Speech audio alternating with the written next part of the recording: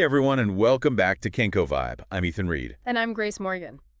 Today, we're diving into a topic that we know can be a bit sensitive for sure for some guys out there. Absolutely. Adult circumcision and erectile dysfunction. It's a big one. We're going to get into the science, address some common anxieties, and hopefully put your mind at ease. Yeah, you hit the nail on the head, Ethan. It's a concern we hear a lot. Right. And it's completely understandable. But before we dive into the connection, let's make sure we're all on the same page about erectile dysfunction. Okay, let's unpack that. So ED isn't always straightforward.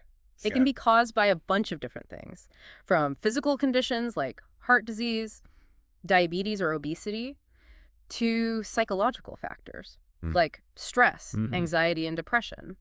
And of course, lifestyle choices like smoking and excessive drinking can play a role too. So it's not a one-size-fits-all situation. Nope. But the big question on everyone's mind is, does getting circumcised as an adult actually cause ED? The short answer is no. Research has repeatedly shown. There's no direct link between adult circumcision and erectile dysfunction. And honestly, when you think about the mechanics of it, it makes sense. How so? Well, the procedure itself focuses solely on removing the foreskin. It doesn't touch the underlying structures of the penis that are responsible for getting and maintaining an erection. We're talking about the corpora cavernosa, which is the erectile tissue, the nerves, the blood vessels. All of that remains completely untouched. So it's really a surface-level procedure. Yes. But what about the stories you hear about men experiencing changes in sensitivity after circumcision? Does that have any bearing on ED? That's a great point. And it is true that some men do report some changes in penile sensitivity after the procedure. We're talking about temporary things like discomfort, swelling, or even altered sensations as the area heals. It's all a natural part of the healing process and typically fades away as things settle down. So nothing to be overly concerned about in most cases? Exactly. And that's why following your doctor's instructions for post-op care is so crucial. It can make a world of difference in minimizing any discomfort and ensuring proper healing. But this brings up another fascinating point. While the procedure itself doesn't cause ED, there's a psychological aspect to consider. I see where you're going with this. Having surgery, especially in such a sensitive area, could understandably cause some anxiety, which in turn might affect sexual function. Right on the money, Ethan.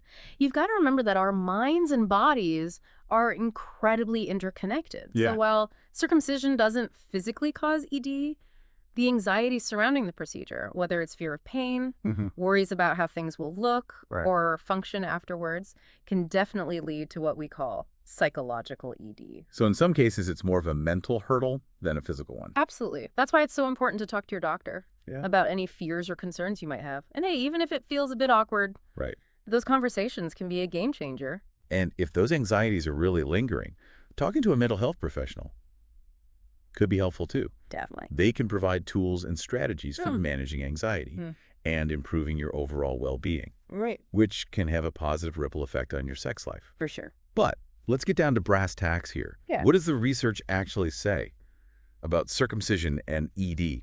Well, there's actually been a ton of research on this very topic. One study published in the Journal of Urology found no significant difference in erectile function between circumcised and uncircumcised men. Interesting. So already some pretty strong evidence right off the bat. Right. And then you have another study from the International Journal of Impotence Research, which focused specifically on the effects of adult circumcision. And guess what? They found that it didn't negatively impact erectile function, sexual desire, or overall sexual satisfaction. Okay, so two studies with pretty consistent findings. I'm sensing a pattern here. Anything else to add to the mix? Definitely. There's a comprehensive review published in the British Journal of Urology International that essentially looked at all the existing research on the topic and came to the same conclusion. Circumcision has no harmful effect on erectile function or sexual performance. So it seems like the evidence is pretty clear. Right. And you know what's fascinating about all this? What's that? Some men actually report feeling more sensitive after circumcision once they've fully healed. I wish the studies had explored that aspect a bit more, but it's definitely something I've heard anecdotally. That is interesting, and it makes sense when you think about it. If the foreskin is sometimes a bit tight or restrictive, removing it could actually enhance sensitivity. Exactly. So the takeaway here is that adult circumcision doesn't directly cause ED, and there's really no reason to worry about it negatively impacting your sexual function. In fact, some men even find that their sensitivity improves post-procedure. It sounds like knowledge really is power in this case. It is. But for the guys out there who are either considering or have already had a circumcision, what are your top tips for a smooth recovery and a healthy sex life afterwards? Great question. First things first. Follow your doctor's orders to the letter. Those post-op care instructions they give you are like gold. Keep the area clean, avoid strenuous activities, and take any prescribed medications as directed. It might seem basic, but it really can make all the difference in how quickly and comfortably you heal. Setting yourself up for success from day one. Exactly. And remember, healing takes time. Don't rush things. Most men can expect around 2 to 3 weeks for recovery, but it can vary from person to person. Right. The key is to avoid any sexual activity, including masturbation. Until your doctor gives you the all clear. I know it can be frustrating. But trust me, it's better to be safe than sorry. Patience is a virtue, especially when it comes to healing. Absolutely. And in the meantime, focus on managing any discomfort. Your doctor can recommend pain relief methods to help with any swelling or pain during that initial healing phase. There's no need to be a hero and suffer through it. Just listen to your body and your doctor. Makes perfect sense. Precisely.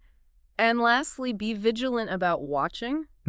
For any signs of complications. Keep an eye on the surgical site for anything unusual, like excessive swelling, redness, or any kind of discharge. If anything concerns you, don't hesitate to contact your healthcare provider right away. Expert. It's all about being proactive and taking good care of yourself during that recovery period. Couldn't agree more. And, this whole conversation makes me think about the bigger picture when it comes to men's sexual health. We often focus on the physical aspects. But the psychological component is just as important, if not more so. I think you're spot on there. It's like we've been saying, anxiety and stress can really take a toll on a man's ability to perform sexually, regardless of whether they've had a circumcision or not. Exactly. And that's why I always encourage men to be open with their partners about any concerns they have. Communication is key in any relationship, but it's especially important when it comes to intimacy. Creating a safe and supportive environment where you can talk openly about your needs and anxieties can make a world of difference. That's such a good point. It's not just about physical health. It's about emotional well-being, too. And let's be honest, most of us guys aren't exactly known for being the most communicative creatures on the planet. You're telling me, but seriously, learning to communicate effectively with your partner about your sexual needs and any anxieties you might have can strengthen your bond and lead to a more fulfilling sex life. So it's about breaking down those barriers. And fostering a sense of trust and openness. Precisely. And this ties into another important point. Taking care of your overall mental health. If you're struggling with stress, anxiety, or depression, it's going to impact every aspect of your life, including your sexual well-being. Seeking professional help from a therapist or counselor can equip you with the tools and strategies you need to manage those challenges and live a happier, healthier life. It's like investing in yourself. In every sense of the word. For sure. It's interesting because we often hear about the physical risks associated with surgery. But we rarely talk about the emotional side of things. Absolutely. The fear, the uncertainty, the potential impact on your self-image. Those are all very real and valid concerns. Absolutely. And that's why I think it's so important to normalize these conversations. We need to create a space where men feel comfortable talking about their vulnerabilities and seeking support when they need it. It's about shifting the narrative from stoicism to self-care. Exactly. Taking care of your mental and emotional health is just as important as taking care of your physical health. And remember, folks, you're not alone in this.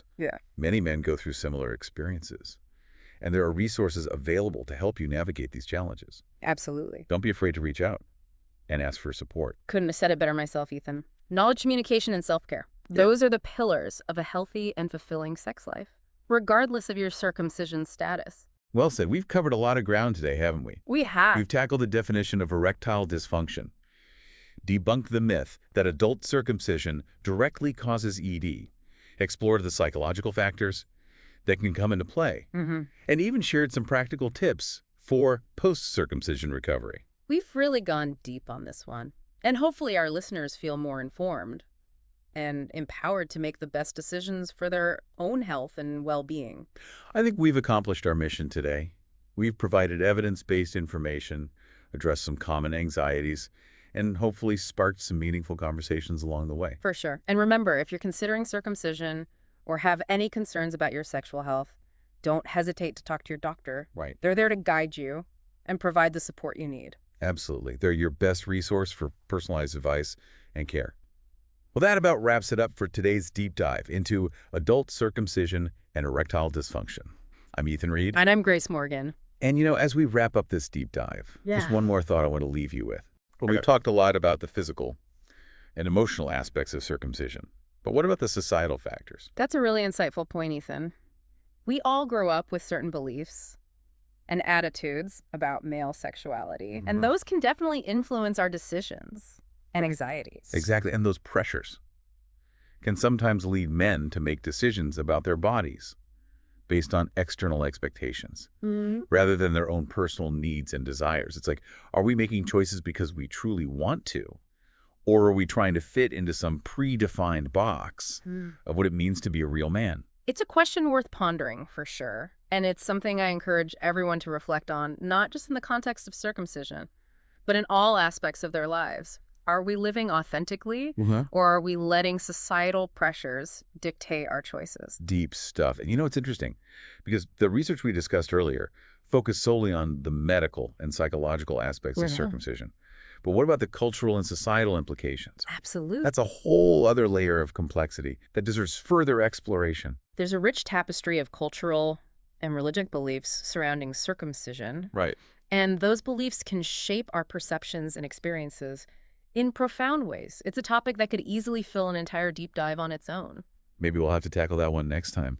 But for now, I think we've given our listeners plenty to think about. I agree. We've explored the science, the psychology, and even touched on the societal influences surrounding adult circumcision and erectile dysfunction. We have. Hopefully our listeners feel more informed, empowered, and maybe even a little more curious about these complex issues. Well said. Thanks for joining us on this deep dive into adult circumcision and erectile dysfunction. I'm Ethan Reed. And I'm Grace Morgan. And you've been listening to the KenkoVibe podcast. If you found this episode insightful, we'd love for you to subscribe, like, comment, and share it with anyone who might benefit from this information. Until next time, stay curious and keep exploring those healthy vibes.